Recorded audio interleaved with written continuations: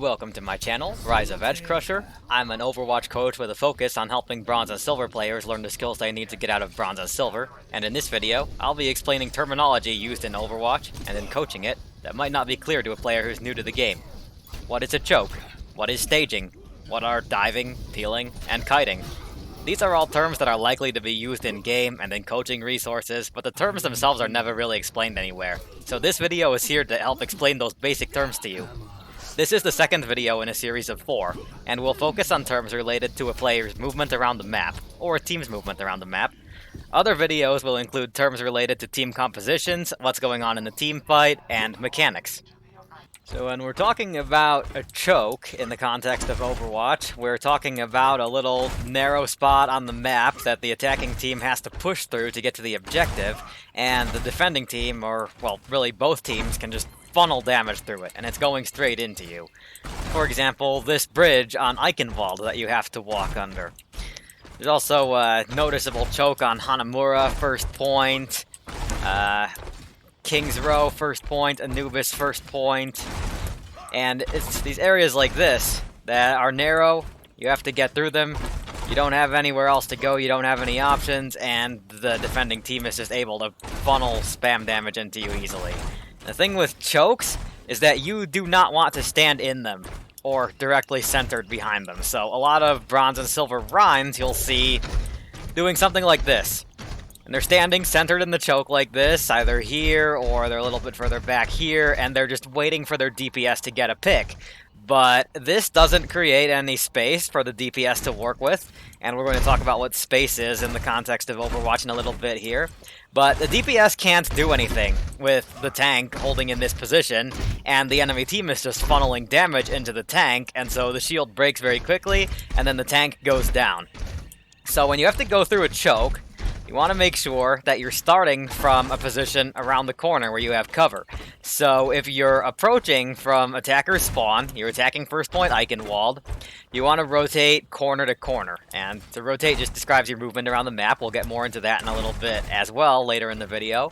So starting to this corner, flash your shield, rotate to this corner, and hug the wall to get to this corner just outside of the choke.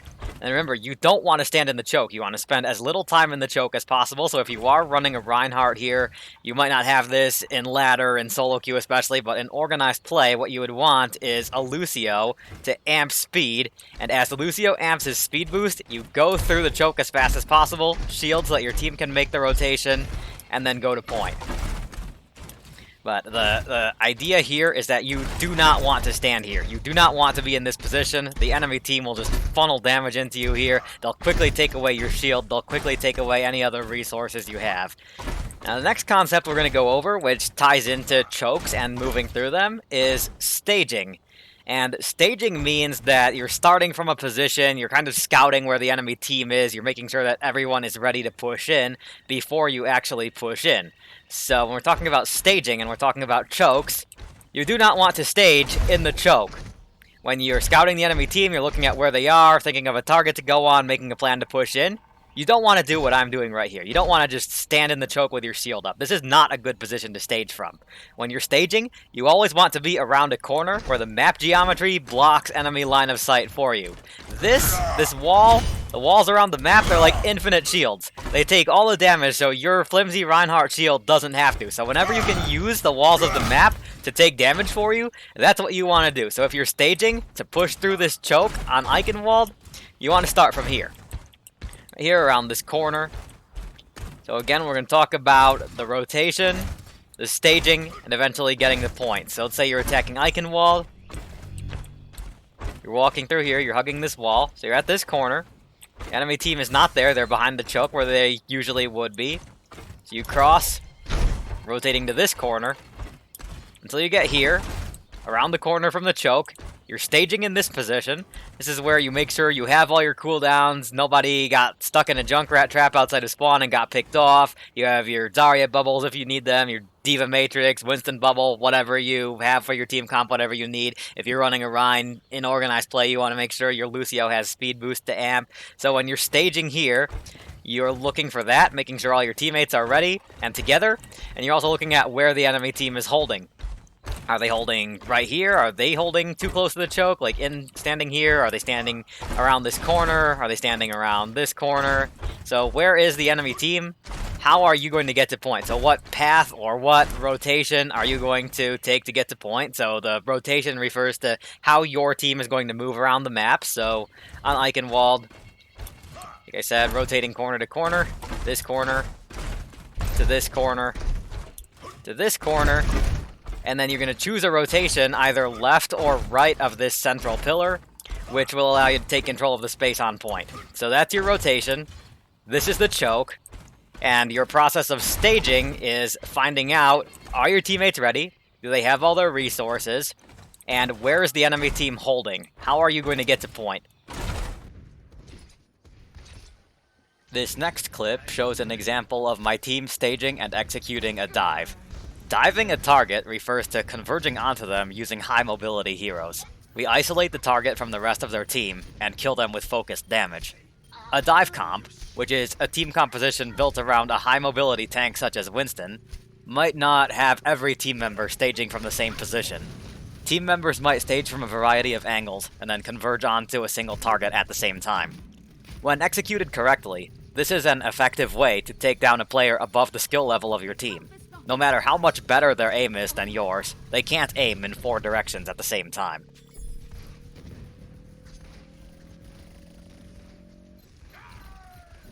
Next, we're going to look at an example of kiting.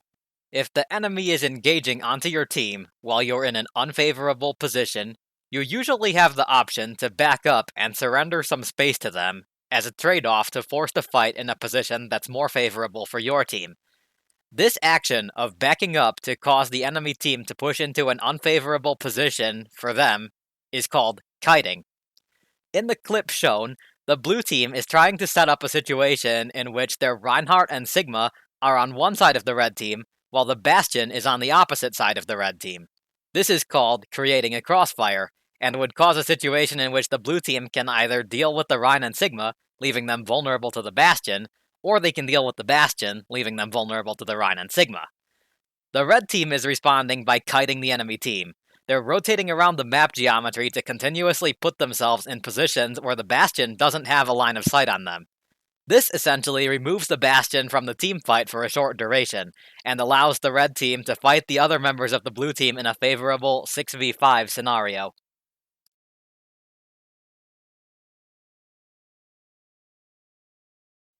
This next clip shows an example of peeling. Peeling in Overwatch refers to a team falling back to converge on an enemy who's attacking their backline. Suppose that there's a Genji attacking your supports as you try to push forward. Your main tank can adapt a more cautious playstyle, holding near some map geometry that provides cover. In this position, the main tank neither surrenders the space that they've already taken control of, nor attempts to take control of more. This hold allows the other 5 members of your team to all turn away and target the flanker behind them. You can isolate the flanker from the rest of their team, making them a quick and easy kill. That kill swings the team fight in your favor. It also prevents your supports from dying, which is quite important in Overwatch. The clip shows me subbing in as Genji for the red team. This is a platinum average scrim, and I'm masters with Genji, and the blue team is aware of this, so you can see them doing everything they can to deny me an opening. They're playing quite far back, and their tanks are refusing to commit their resources to an engage until they're confident that I can't take any favorable positioning for myself. Doing this is protecting their supports and their Ashe, and preventing me from being able to get any value right away as Genji. The entire blue team is committed to peeling for their backline in this scenario. I'm also going to briefly define collapsing here, which ties into peeling. When an enemy is behind your team attacking your backline, and you turn around and converge onto that enemy, you're peeling for your backline, and you're collapsing on the enemy. So if there's a Genji in your backline attacking your Ana, you could call peel for Ana, or you could call collapse on Genji in backline, and those would essentially be the same call. What we're looking at here is an example of stabilizing and a soft reset. If you notice that your team has spread out all over the point, and they aren't in positions where they'll be able to help each other, you'd call stabilize. And that's telling your team to check their positioning, find their main tank, and group back up to where they can help each other. It's used when the team doesn't need to back up, They don't need to surrender any space, they just need to make slight adjustments to their positioning. The call reset is used once the enemy team has started to capitalize on those early positioning mistakes, and is now necessary to give up some space to them. A call for a soft reset means that your team needs to back up to a further corner, cutting off the enemy team's line of sight. This is often used when you're even in numbers but weak in resources, perhaps if your team has been anti-nated by the enemy Ana, or if your Zarya accidentally used her bubbles too early. A hard reset is called once a team fight is unrecoverable, and tells your team that they need to regroup in spawn. In the clip shown, my team, which is defending, attempts to stabilize. When that fails, we do a soft reset around the corner between the point and the defender's spawn. The enemy team takes 2 ticks of point percentage from us, but because my team fully regroups and comes back in as a team of 6, we are able to win the fight and prevent them from capturing the entire point. If we hadn't done the soft reset, and had instead walked onto point 1 or 2 at a time to try to brawl it out, the enemy team would pick us off one by one with their numbers advantage. That's called staggering, when a team doesn't get a full regroup, and they're constantly pushing into the enemy team of 6, while having less than 6 there themselves. Staggering is almost never favorable, and you should go for early resets. There's one situation, though, where you cannot reset, and are forced to walk onto the point one at a time. That's when the payload is almost at its destination, or the control point or second objective point is almost captured. In these instances, there isn't enough time for your team to properly reset without losing the round. So you have no choice but to walk onto point one at a time and waste the enemy team's time. This is called stalling.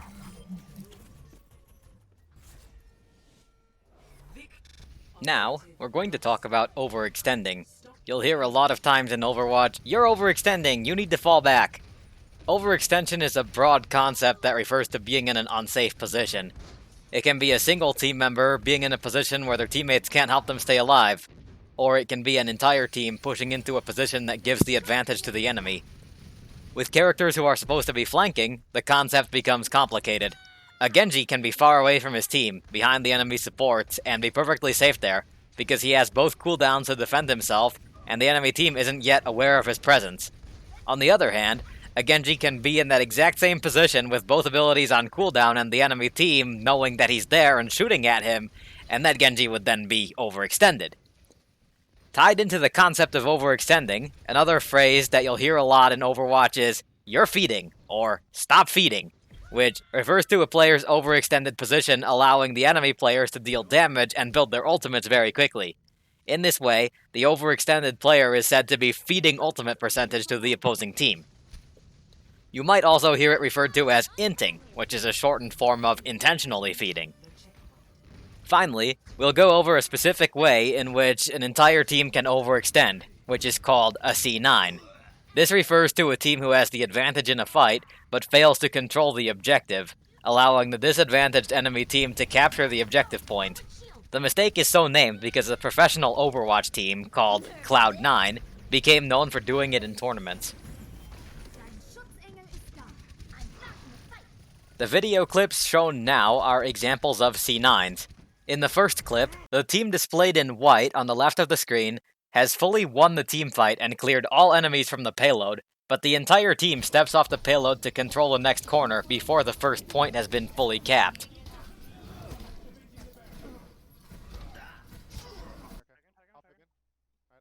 In this second clip, the blue team gains the numbers, positioning, and resource advantage over the red team, but never touches the payload, just allowing the red team to roll it right up and capture the second point.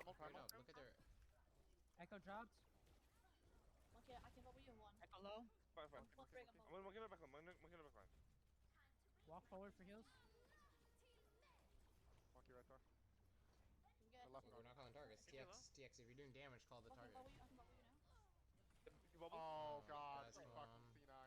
Oh dear lord. Finally, in this third clip, the Genji pulls out his Dragon Blade in overtime, kills 3 members of the enemy team around the payload, then dashes away from the payload to kill the other 3, not realizing that none of his teammates are there to contest. That's me, by the way. I'm the Genji who's C9'd in this clip.